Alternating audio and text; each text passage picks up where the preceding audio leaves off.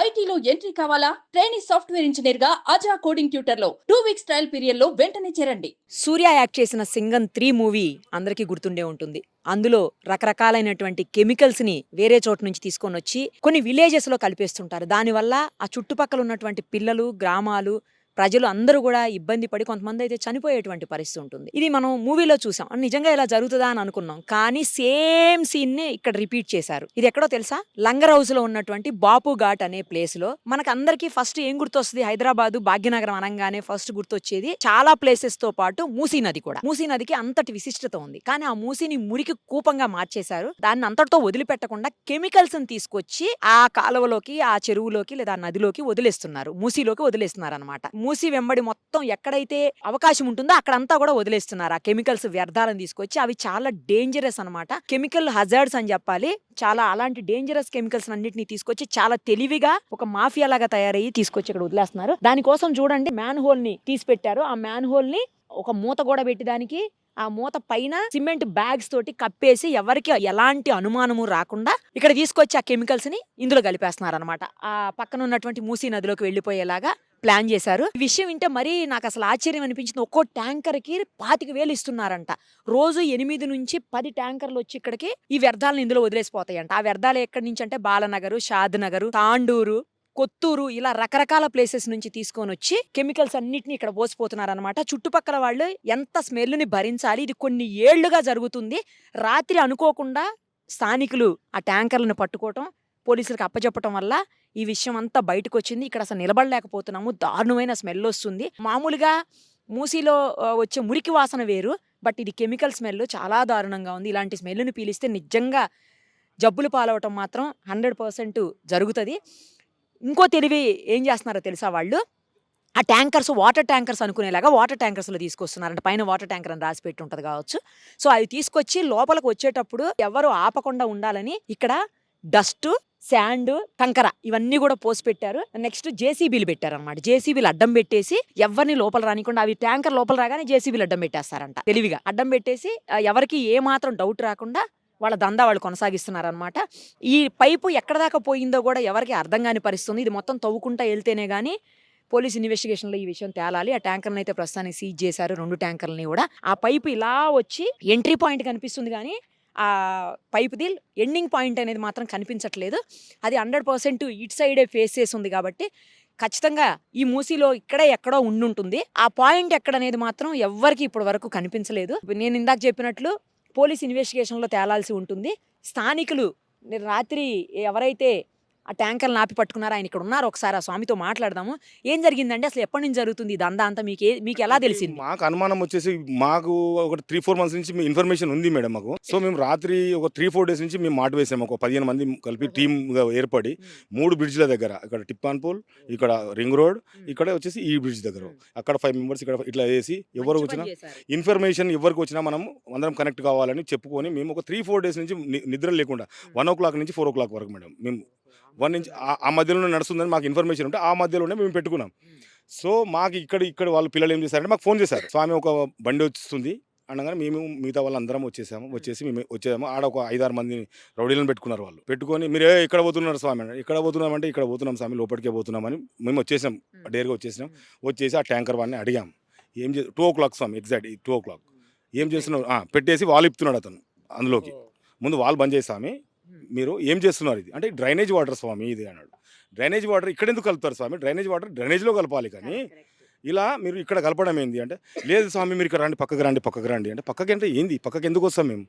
అది కాదు, అవన్నీ కాదు, ఏదైనా ఉంటే అని ఇమీడియట్లీ మేము పోలీసు వాళ్ళకి ఇన్ఫార్మ్ చేసాం. పోలీసు వాళ్ళకి ఇన్ఫార్మ్ చేసినా 1/2 hour వాళ్ళు పోలీసు వాళ్ళు వచ్చారు. సో ఇది చూడండి అమ్మా, ఇది వచ్చేసి టెంపుల్ వచ్చేసి సంగం రామాలయం అని ఇక్కడనే డిప్కిపురం జాతర అవుతుంది. ఇక్కడ శివాలయం ఉన్న చూడండి అమ్మా, అక్కడనే గాంధీ సమాధి ఉంటుంది అమ్మా. 2 October సీఎం గారు కూడా వస్తారు, గవర్నర్ బాపు ఘాట్. ఈ 2 నదులు, ఇది వచ్చేసి హిమాయత్ సాగర్, అది వచ్చేసి గండిపేట్. ఈ 2 నదులు వచ్చి కలిసేది ఇక్కడ. 3 కలిసే నది, పవిత్రమైన నదికి తీసుకొచ్చి ఇక్కడనే వ్యర్థ పదార్థాలు తీసుకొచ్చి కలుపుతున్నారమ్మా. ఎంత పుణ్యం చేస్తున్నారు చూడండి. దీని పక్కనే అమ్మ ఒక 500 మంది స్ట్రెంత్ ఉంటారు, చిన్న పిల్లలమ్మ. స్కూలు లోటర్ ఇంటర్నేషనల్ స్కూల్ అని చిన్న చిన్న చిన్న పిల్లలు. సో దీని ఎమ్మటి చాలా గరీబులు ఉంటారు, మా స్లమ్ ఏరియాస్ ఉంటాయి. ఈ స్మెల్కు ఈ మధ్యలో మా ఇన్ఫర్మేషన్ ఒక 7-8 మంది చిన్న పిల్లలు పల్స్ రేట్ పడిపోయి, డాక్టర్స్ కూడా అర్థమవుతలేదు అది. ఈ కాలుష్యం తోటి వాళ్ళకి పల్స్ రేట్ పడిపోతుంది. పల్స్ రేట్ పడిపోవడంలో వాళ్ళు అంటున్నారు చిన్న పిల్లలు, వాళ్ళు అంత గరీబోళ్ళు, వాళ్ళకి పాపం ఉండదు. ఇది అది అదో ఇదో పసరు అది పాపం అట్లా చేసి అట్లా 10 మంది చిన్న పిల్లలు చనిపోయారమ్మా. సో ఇది ఇప్పుడు మేము అనేది ఏంటంటే రేవంత్ రెడ్డి గారికి మేము మా తరఫు నుంచి రిక్వెస్ట్, ప్రక్షాళన చేయండి, సుందరీకరణ చేయండి. దీనికి ఏం చేయాలంటే ఫస్ట్ రివర్ బెడ్ కట్టి మంచిగా నీట్గా రివర్ బెడ్ కట్టి ఇలా ఏం కాకుండా అది చేసి దాని తర్వాత ఫర్దర్ మీరు ఏం డెవలప్మెంట్ చేసుకుంటారో చేసుకోండి. కానీ ముందు మీరు ఫస్ట్ ఇక్కడి నుంచి నాగోల్ వరకు ఎంతమంది ఇలా చేస్తున్నారో దీని మీద మీరు పొల్యూషన్ బోర్డు ఏం చేస్తున్నది, జిహెచ్ఎంసీ ఏం చేస్తున్నది, పోలీస్ శాఖ ఏం చేస్తున్నదో కొంచెం దీని మీద, ఎందుకంటే పబ్లిక్ది మన ఇప్పుడు హైదరాబాద్లో ఢిల్లీ లేక కాలుష్యం మన దగ్గర కూడా విపరీతంగా అయిపోతుంది. సో మనం ఇప్పటి నుంచే దీన్ని ఏమైనా కట్టుదిట్టం చేస్తే ఏమన్నా ఫ్యూచర్లో మనకు ఏం కాకుండా ఉంటుందని మా యొక్క మనవి అమ్మ. చాలా మంచి పని చేశారు మీరు నిజంగా. ఎందుకంటే మీరన్నట్లు చుట్టుపక్కలంతా చిన్నపిల్లలు ఉండొచ్చు, లేకపోతే పెద్దవాళ్లే ఉండొచ్చు, రకరకాల ఆరోగ్యాలు సమస్యలకు కారణం కావచ్చు ఈ మూసీలో పోస్తున్నటువంటి ఈ వ్యర్థాలు, ఏ కెమికల్ వ్యర్థాలు ఏవైతే ఉన్నాయో వాటి వల్ల. ప్రస్తుతం మనతో పాటు ఉన్నారు కసిరెడ్డి భాస్కర్ రెడ్డి గారు. మనందరికీ తెలుసు, ఎక్కడ చెరువులు, కుంటలు లేదా నదులు కాలుష్యానికి గురైనా లేకపోతే కబ్జాలకు గురైనా ఆయన అయితే ఎట్టి పరిస్థితుల్లో చూస్తూ ఊరుకోరు.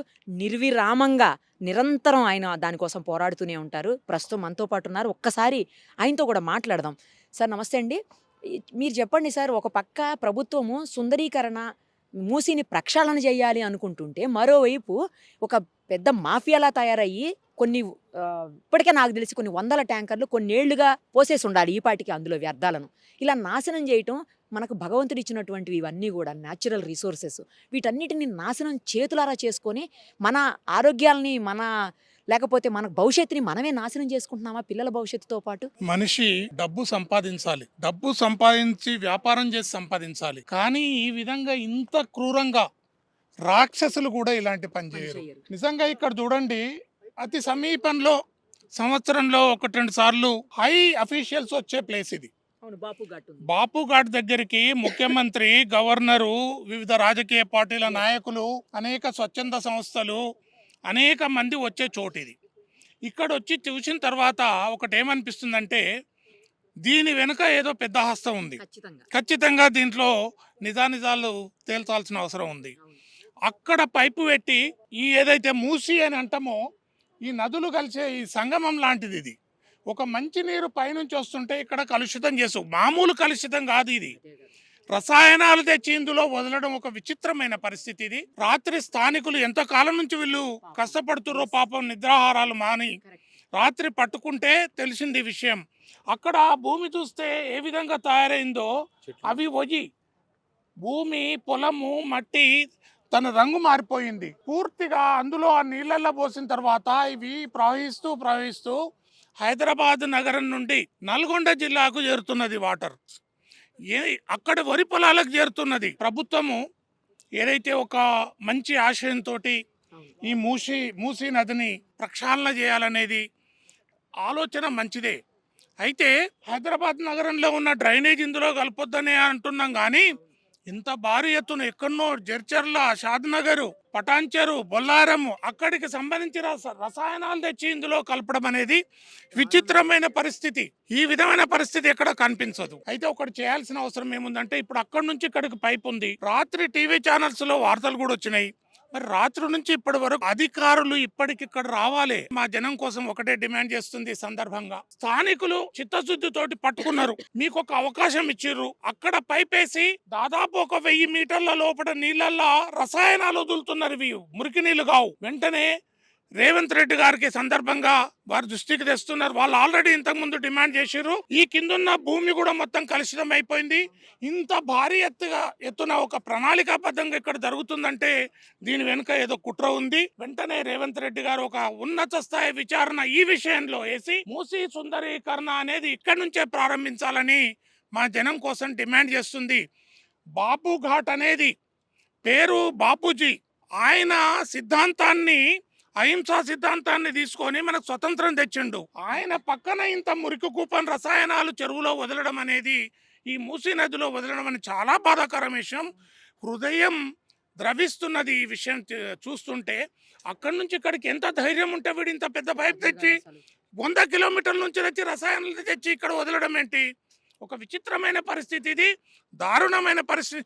ఒక మనిషిని హత్య చేసిన దానికంటే ఎక్కువ ఇది, హత్య చేసిన దానికంటే ఎక్కువ ఇది. అందుకని రాష్ట్ర ప్రభుత్వం వెంటనే స్పందించాలి.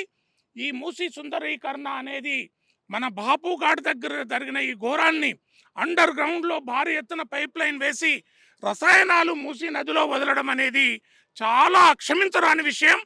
వెంటనే దీనిపైన పోలీసులు, రెవెన్యూ విభాగం, జిహెచ్ఎంసీ విభాగం, దీనికి సంబంధించిన హైడ్రా కూడా స్పందించాలని మా జనం కోసం డిమాండ్ చేస్తున్నది. చూశారు కదా సార్ చెప్పినట్లు, అసలు ఈ మనిషిని చంపిన దానికంటే ఎక్కువ పాపం ఇది. ఎందుకంటే మనిషిని చంపితే ఆ ఒక్కరితో పోతుందేమో, ఇది అలా కాదు. కొన్ని వందల ప్రాణాలు, కొన్ని వేల పసిపిల్లల ప్రాణాలు కూడా ఫణంగా పెట్టినటువంటి పరిస్థితి ఇది. లోకల్లో వాళ్ళందరూ కూడా త్రివేణి సంగమం ఎలా భావిస్తారో పవిత్రంగా అలా భావించేటువంటి పరిస్థితి. ఎందుకంటే ఉస్మాన్ సాగర్, హిమాయత్ సాగర్ సేమ్ టైం మూసి మూడు కలిసేటువంటి సంగమం అట ఇది.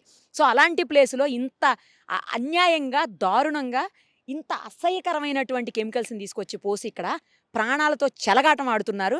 ఎంత వాళ్ళు వెనకాల ఎంత పెద్ద వ్యవస్థ లేకపోతే లోపల నుంచి తవ్వి తీసుకొచ్చి పైపుని వేసేసి అర్ధరాత్రి ఇష్టానుసారం కొన్ని ఏళ్ల పాటు కొన్ని వందల ట్యాంకర్లు, వేల ట్యాంకర్లు తీసుకొచ్చి ఇక్కడ పోసి ప్రజల జీవితాలతో ఇలా ఆడుకుంటున్నారనేది మనకు అర్థమవుతుంది. ఇమ్మీడియట్గా అధికారులు స్పందించాల్సిన అవసరం ఉంది. దాని ఎండ్ ఎక్కడుందో, అసలు ఇది ఒక్కటే ఉందా, లేకపోతే ఇంకా చాలా ప్రాంతాల్లో ఇలాగే పైప్ లైన్లు వేసి లేకపోతే ఇలాగే మ్యాన్ హోల్స్ తీసి ఇలా పోస్తా ఉన్నారా, అది ఎక్కడా ఏంటి అనేది ఒక్కదాంతో సరిపెట్టారా, ఇంకా ఎన్ని ప్లేసుల్లో చేశారనేది కూడా బయటికి రాబట్టాల్సిన అవసరం ఉంది. అప్పుడే ఈ మూసీని, ఈ ప్రక్షాళన అనే ఏదైతే అనుకుంటుందో ప్రభుత్వం, దానికి మొదటి అడుగు పడినట్లు అవుతుందని చెప్పి మనం భావించాల్సినటువంటి అవసరం ఉంటుంది. అలాగే మూసీ ప్రక్షాళనతో పాటు కొన్ని వేల మంది ప్రాణాలను కూడా కాపాడినటువంటి పరిస్థితి కెమికల్స్తో. అసలు ఒక్క 10 నిమిషాల నుంచి ఉంటేనే నిలబడలేనటువంటి సిచ్యుయేషన్ ఉంది. వామిటింగ్ సెన్సేషను, తర్వాత ఒకలాంటి ఏదో అవుతున్నటువంటి ఫీలింగ్ ఉంది ఇక్కడ 10 నిమిషాలు ఉంటేనే. కానీ చుట్టుపక్కల వాళ్ళు ఎలా నిలబడతారు, ఎలా ఉంటారు, ఎలా జీవనం కొనసాగిస్తారు, పిల్లలు ఇంకెంత దారుణంగా ఎఫెక్ట్ అవుతారో ఒక్కసారి అందరూ ఆలోచించండి. సుమన్ టీవీలో మీ పర్సనల్ అండ్ బిజినెస్ ప్రమోషన్స్ కోసం కింది నెంబర్కి కాంటాక్ట్ చేయండి.